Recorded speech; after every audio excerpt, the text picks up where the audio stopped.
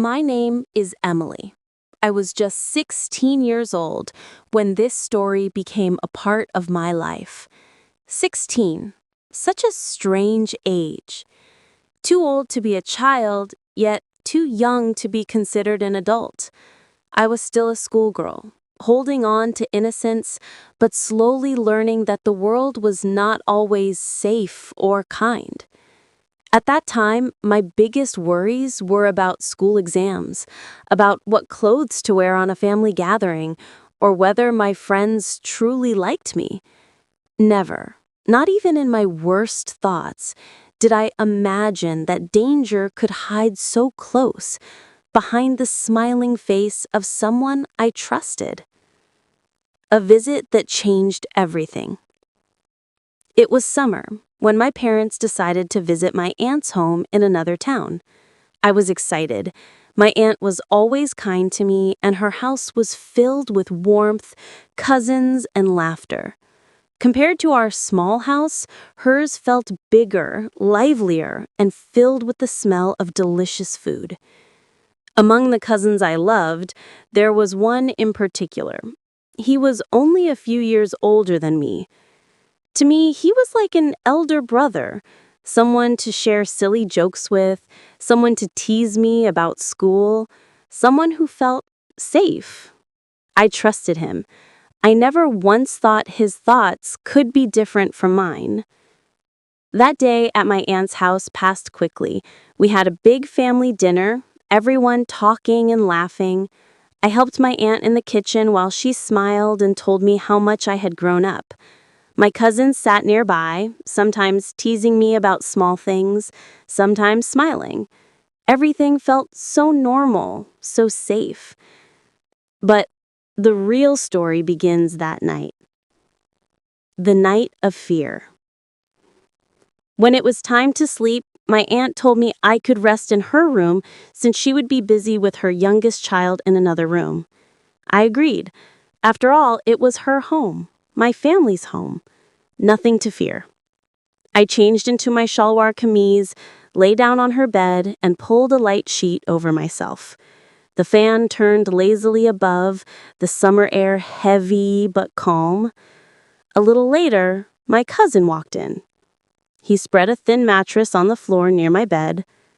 I thought nothing of it. We were cousins, family. I turned to the side, closed my eyes, and drifted toward sleep. But midnight changes everything. I don't know the exact time, maybe past midnight, when I felt something strange. At first, I thought I was dreaming. A light touch brushed my hand. My eyes fluttered open. The room wasn't completely dark. A dim corridor light slipped under the door. In that weak glow, I saw movement. It was him, my cousin. He wasn't asleep. He had moved closer to my bed. His hand rested on my blanket, sliding toward me. For a moment, my body froze. My heart skipped a beat. My mind refused to believe what my eyes were seeing. "What are you doing?" I whispered, my voice trembling. He didn't answer clearly. He just leaned closer and whispered, "Shh, don't worry. I just want to be close to you." My blood ran cold. Fear gripped me like never before.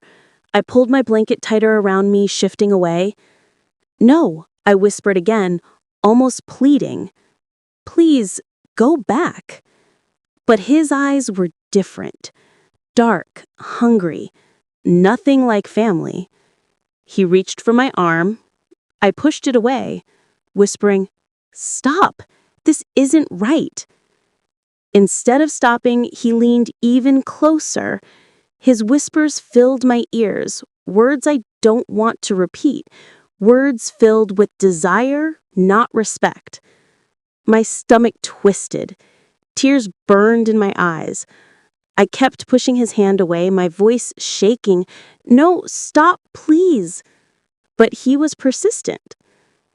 That was the moment I realized the painful truth. The cousin I trusted, the one I laughed with, was not the person I thought he was. I wanted to scream, but fear silenced me. What if my aunt heard? What if my parents blamed me?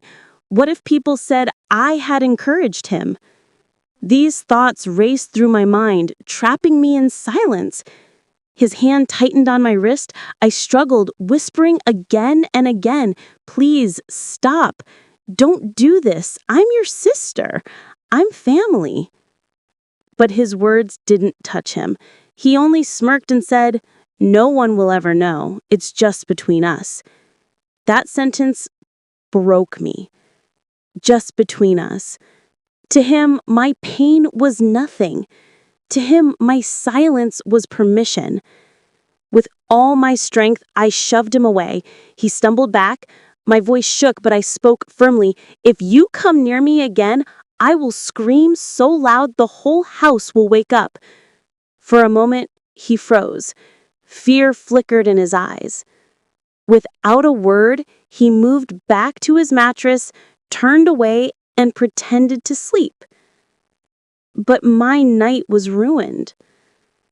I sat curled up on the bed, blanket clutched tightly, tears streaming silently down my face. I felt dirty, broken.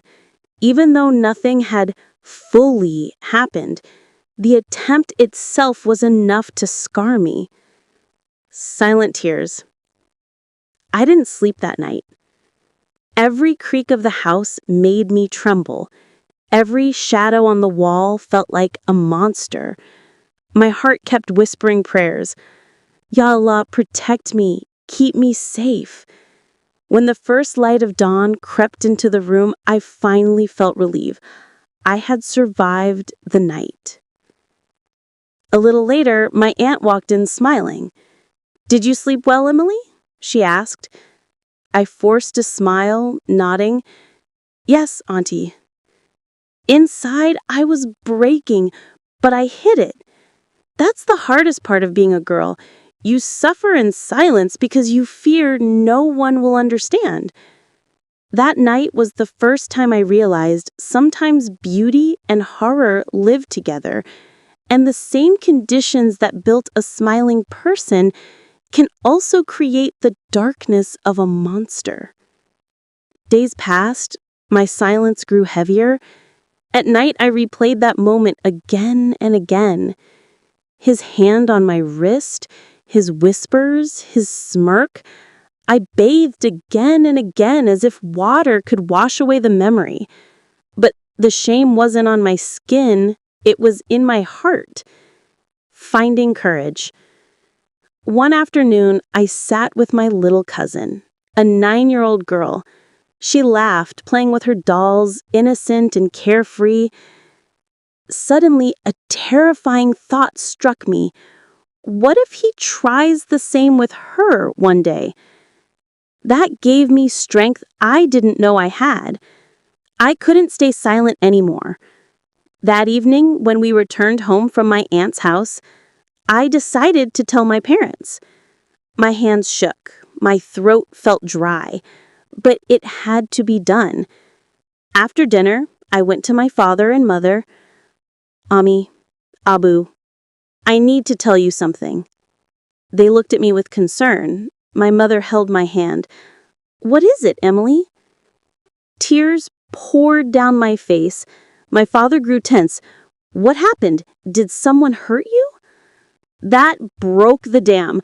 Sobbing, I told them everything. That night at my aunt's house, my cousin's whispers, his hands, my fear, my silence.